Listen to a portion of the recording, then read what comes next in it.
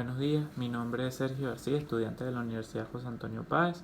en la materia de materiales y procesos de la manufactura, y en el siguiente video voy a hablar acerca de la naturaleza de los materiales, más específicamente acerca de los enlaces que forman las estructuras de los materiales,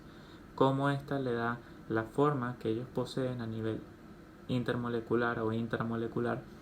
y cómo esto altera las propiedades del mismo. Primero deberíamos hablar acerca de qué es un enlace atómico o un enlace molecular. Un enlace atómico es la unión entre dos o más átomos por medio de la interacción de los electrones de valencia o los electrones de las capas más externas de cada átomo. También se conocen como enlaces primarios, y debido a que cuentan con la interacción de los electrones y la diferencia de campo eléctrico, son los más fuertes, mientras que los enlaces moleculares consiste en la interacción entre dos o más moléculas por medio de la unión por diferencia de cargas de los mismos. Ahora bien, como estos no involucran la unión por medio de electrones, son más débiles que los casos de los enlaces primarios, pero igual siguen siendo de gran importancia. De los enlaces primarios poseemos tres ejemplos de enlaces primarios, los cuales conocemos como enlaces iónicos, enlaces covalentes y enlaces metálicos. Los enlaces iónicos son los de mayor fuerza de los tres, y consiste en la entrega de uno o más electrones por medio de dos átomos, es decir, un átomo, el emisor, entrega sus electrones a un átomo receptor. Comúnmente estos enlaces se forman entre metales y no metales, ya que los metales ceden electrones y los no metales reciben electrones. Al pasar esto, se genera una diferencia de carga que genera la atracción intramolecular, la atracción entre los átomos.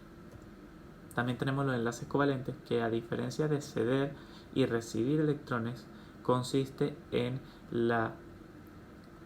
compartir los electrones, de valencia, para que ambas estructuras lleguen a su forma de gas noble, a su estabilidad de gas noble.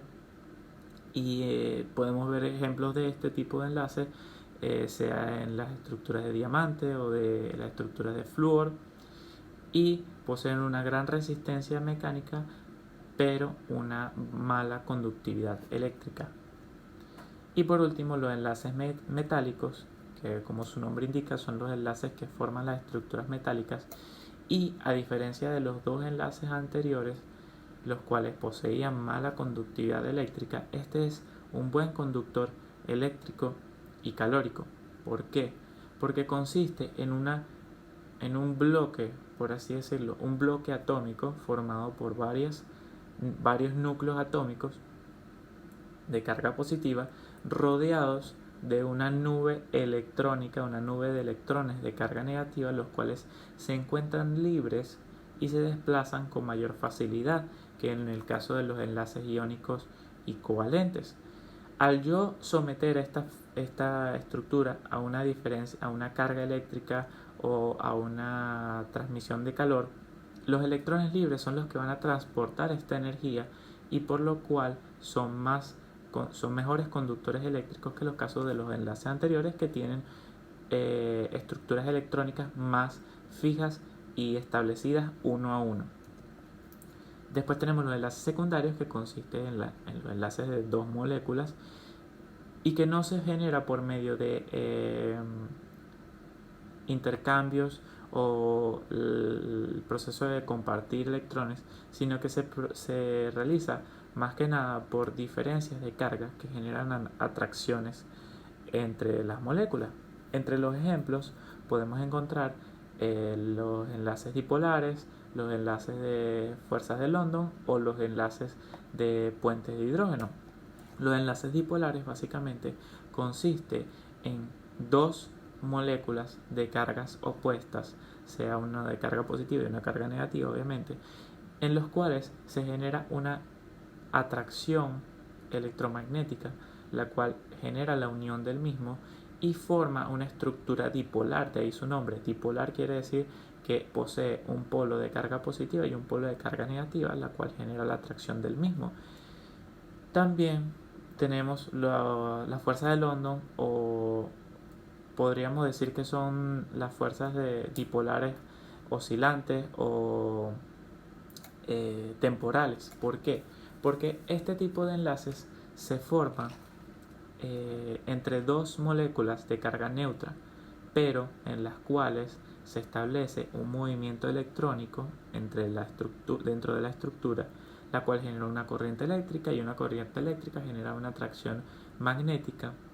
generando un dipolo temporal. Este dipolo temporal genera una atracción de la estructura de los electrones hacia un sentido, y por lo cual se genera el enlace por medio de atracción electromagnética. Y por último tenemos los enlaces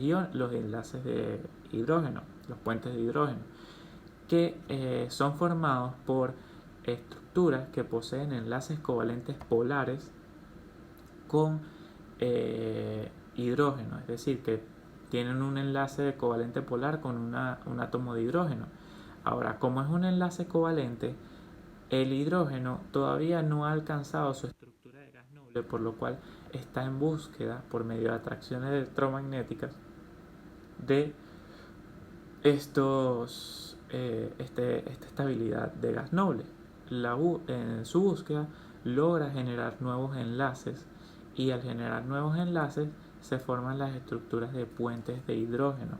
los cuales son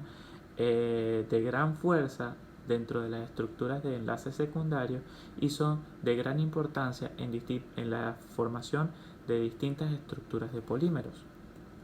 Ahora bien, que conocemos los tipos de enlace que se forman entre átomos, podemos entender cómo esta estructura permite algunas de las propiedades que conocemos de los materiales, pero también vamos a entender cómo este tipo de enlaces forman estructuras más complejas.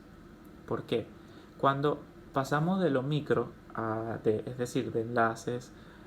intermoleculares, vamos a un ejemplo más macro, vamos a ver que los materiales tienen dos formas de plantearse, de estructurarse, sea una estructura ordenada, o que se conoce como estructura cristalina, o una estructura desordenada o no cristalina o amorfa. Primero vamos a hablar acerca de las estructuras que forman cristales, que se conocen como estructuras tridimensionales de Bravais, que son estructuras muy organizadas, empaquetadas, en la cual los átomos poseen formas tridimensionales equidistantes unas de otras, y con una ubicación específica, y a su vez que se repite a lo largo de todo el material. Se repite esta estructura base, estas estructuras de celdas unitarias, y por lo cual le da buenas propiedades mecánicas y de otro tipo de propiedades en el material. Estas se suelen ver comúnmente en los metales, algunos polímeros e incluso los cerámicos, y son de alta importancia para la industria manufacturera. ¿Por qué? En general, existe alrededor de 14 estructuras tridimensionales de Bravais conocidas, pero en la industria manufacturera son importantes tres estructuras en específico: las cúbicas centradas en las caras, o FCC, las cúbicas centradas en el cuerpo, o BCC, y la hexagonal de empaquetamiento compacto, o HCP. ¿Por qué son de especial importancia en la industria? Ya que alrededor del 90% de los metales que se trabajan en un proceso manufacturero caen en una de estas tres opciones. Por ejemplo, en las cúbicas centradas en el cuerpo tenemos elementos como el cromo, el hierro, el molibdenio, el tantalio o el tungsteno. En las cúbicas centradas en las caras tenemos materiales como el aluminio, el cobre, el oro, la plata, el plomo y el níquel. Y en las estructuras de empaquetamiento hexagonal tenemos materiales como el magnesio, el titanio y el zinc. Entender cómo esta se estructura no solo nos permite entender cómo está formado el material, sino cómo este va a reaccionar cuando se una con otros materiales por medio sea de aleaciones, por ejemplo, metálicas, y también nos va a entender cuáles son las propiedades que el mismo va a tener, o cómo va a reaccionar a las distintas reacciones mecánicas las distintas acciones mecánicas que uno se le puede aplicar a este material. Ahora bien, estas estructuras tridimensionales de Bravais forman a un nivel macro, aún más grande, forman lo que se conocen como cristales. Los cristales son formas organizadas de material, son estructuras organizadas, ordenadas, periódicas y empaquetadas de un material, comúnmente un metal. En la metalurgia se conocen como estructuras de granos y estas están formadas por estas estructuras tridimensionales a un nivel grande y periódico, pero aún así, cuando se posee una estructura ya establecida con gran ordenamiento, en la naturaleza suelen existir lo que se conocen como defectos de cristales. Los defectos de cristales son cuando una estructura tridimensional planteada en la teoría no posee las estructuras adecuadas, existen fallos en la estructura y por lo cual se conoce como un defecto. Existen tres tipos de defectos cuando se trata de estructuras cristalinas, las cuales son defectos puntuales, defectos lineales y defectos estructurales. Un defecto puntual consiste en la falla específica de la estructura, ya sea porque falta uno de los átomos dentro de la estructura, conocido como vacancia, sea por átomos o por iones. Existe vacancia por átomos, vacancia por par de iones. Puede ser también por la existencia de un elemento adicional dentro de la estructura que no pertenece a él, conocida como intersticios, que es cuando un elemento está adicionado dentro de la estructura, pero no está enlazado de manera correcta o no se encuentra en una ubicación en la cual debería estar. Y también tenemos lo que se conoce como desplazamiento iónico, que es cuando una estructura está dentro del material, una estructura atómica iónica está dentro del material, pero no se encuentra en la ubicación donde debería estar, sino se encuentra desplazada, por lo cual es como un caso unido de vacancia e intersticio. También tenemos los defectos puntuales, que es la unión o conjunto de varios defectos puntuales, los cuales generan como una estructura lineal de defectos. Tenemos dos casos, un caso conocido de gran importancia en este tipo de defectos y se conoce como dislocaciones. Hay dos subtipos de dislocaciones y que consiste en la falla repetida de varios defectos puntuales, lo cual genera una estructura lineal de defectos. Existen dos tipos de ellas que se conocen como una dislocación de borde o una dislocación de tornillo, ambas formadas por la vacancia de una serie de átomos o iones dentro de la estructura y por consiguiente esta serie de efectos deben ser acomodados por la estructura, por lo cual la estructura tiende a organizarse, reagruparse de la manera en la que debería estar, pero los espacios vacíos son enlazados de manera inadecuada, es decir, no deberían estar haciendo esos enlaces en lo que está fallando, pero los hace aún así cuando tiene una mayor debilidad. También pasa con las dislocaciones de tornillo, hay una falla debido a que faltan materiales para la estructura, pero genera un desplazamiento de planos dentro del sistema, los bloques, por lo cual hay como una estructura escalonada, una estructura como de tornillo, de ahí viene su nombre. Y por último tenemos los fallos superficiales, que consiste en una zona superficial de frontera, es decir, tenemos dos bloques estructurales de empaquetado cristalino y entre ellos existe una región de frontera, ya que estos bloques, como poseen direcciones opuestas, no pueden enlazarse de manera adecuada unos con otros y por lo cual se genera una frontera entre ellos.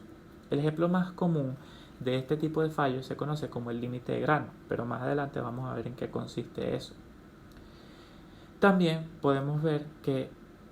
además de defectos podemos encontrar deformaciones en el cristal. La deformación en el cristal se debe a efectos mecánicos, es decir, una fuerza deformante altera el material, ya sea de manera elástica, es decir, que él sufre la deformación, pero cuando se le elimina la fuerza vuelve a esa estructura normal, o deformaciones plásticas en las cuales la fuerza es lo suficientemente grande para eliminar algunos de los enlaces electrostáticos formados dentro del empaquetamiento, y por lo cual él tiende a formar nuevos enlaces dándole una nueva forma estabilizada, por lo cual no se devuelve a su estructura original, sino que ya posee una nueva estructura balanceada. Ahora, debido a que cada elemento o cada material posee una estructura tridimensional distinta, estos van a ser más susceptibles o menos susceptibles a deformaciones en direcciones específicas. Es decir, hay direcciones donde son más susceptibles a deformaciones que otros casos. Por ejemplo, los empaquetados hexagonales HSP son los que tienen la menor susceptibilidad a deformaciones, ya que tienen la menor cantidad de direcciones en las que se le puede aplicar una fuerza y deformarse, por lo cual son los menos dúctiles y los más difíciles de deformar. Las estructuras BCC poseen la mayor cantidad de direcciones de deformación, pero como posee unos enlaces de alta resistencia, no son los más ductiles, no son los más deformables. Estos vendrían siendo los FCC, los cúbicos centrados en la cara,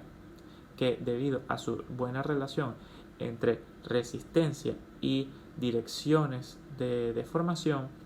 son los más ductiles de los grupos. Existen existen materiales que son más ductiles debido a eso, e incluso existen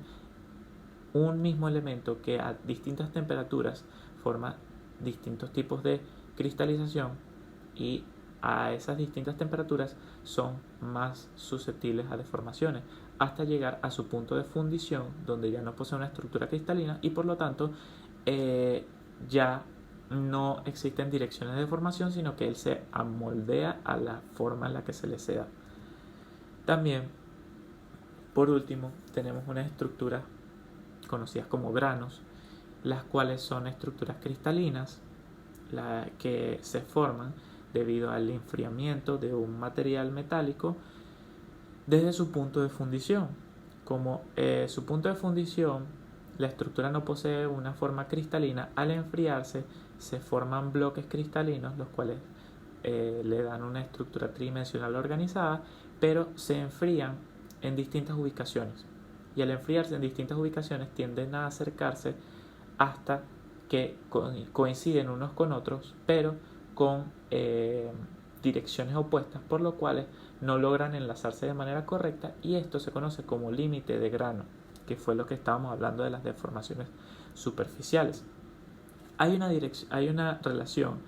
inversa entre el tiempo de enfriado de un metal y la cantidad de granos que éste va a producir. Si yo enfrío un grano en un periodo de tiempo muy corto, desde temperaturas muy altas a temperaturas muy bajas,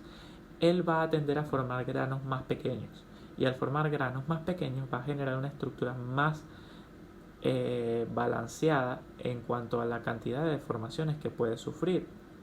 por lo cual los metales que son templados en periodos cortos de tiempo son los que tienen una mayor resistencia mecánica y menor maleabilidad o ductilidad.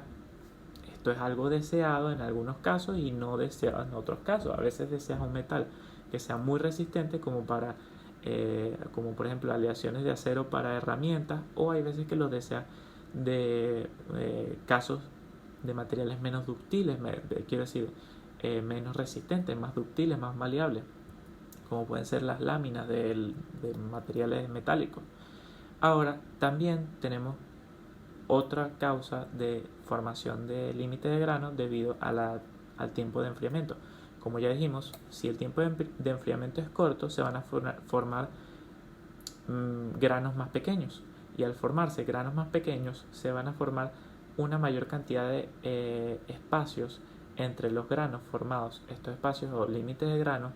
al tener direcciones opuestas, no se puede enlazar, pero a su vez también evita o reacciona a las fuerzas de deformación que se le puede aplicar a su grano vecino. Es decir,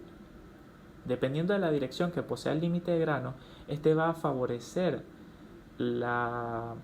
resistencia a las deformaciones, por lo cual hace que su grano vecino sea más resistente a las deformaciones, y este grano hace lo opuesto, hace el mismo efecto al grano de su lado, por lo cual cuando yo tengo un límite de grano tengo una mayor resistencia en direcciones específicas, por lo cual si tengo una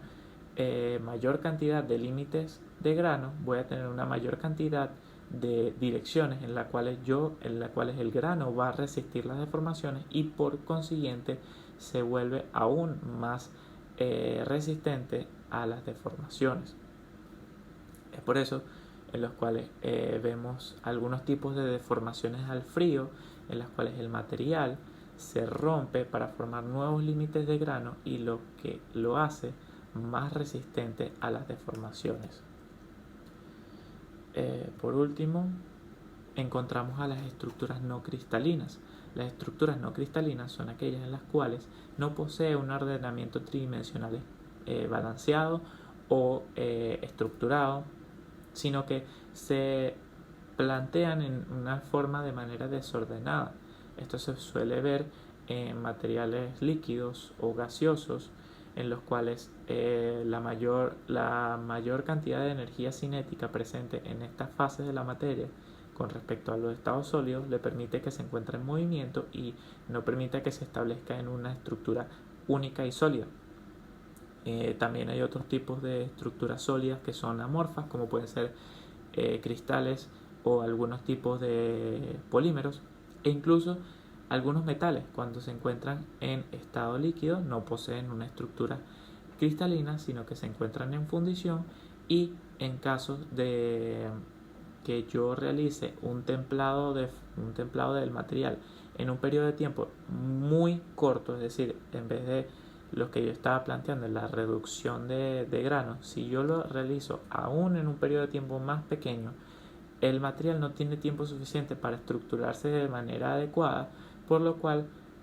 tiende a tener una estructura amorfa, una estructura no cristalina. Y bueno, eso es todo por mi parte. Ya entendemos cómo funcionan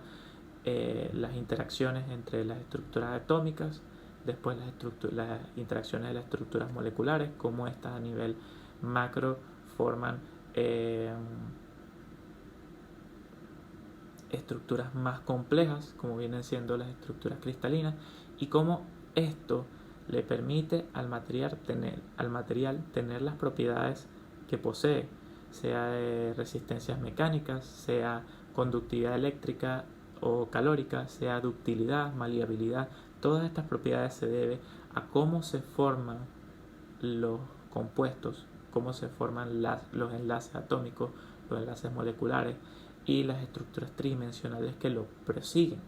Por lo cual es de suma importancia entender esto para entender qué materiales vamos a utilizar, por qué los vamos a utilizar y cómo los vamos a trabajar para obtener mejores beneficios en cuanto a propiedades de trabajo. Muchas gracias.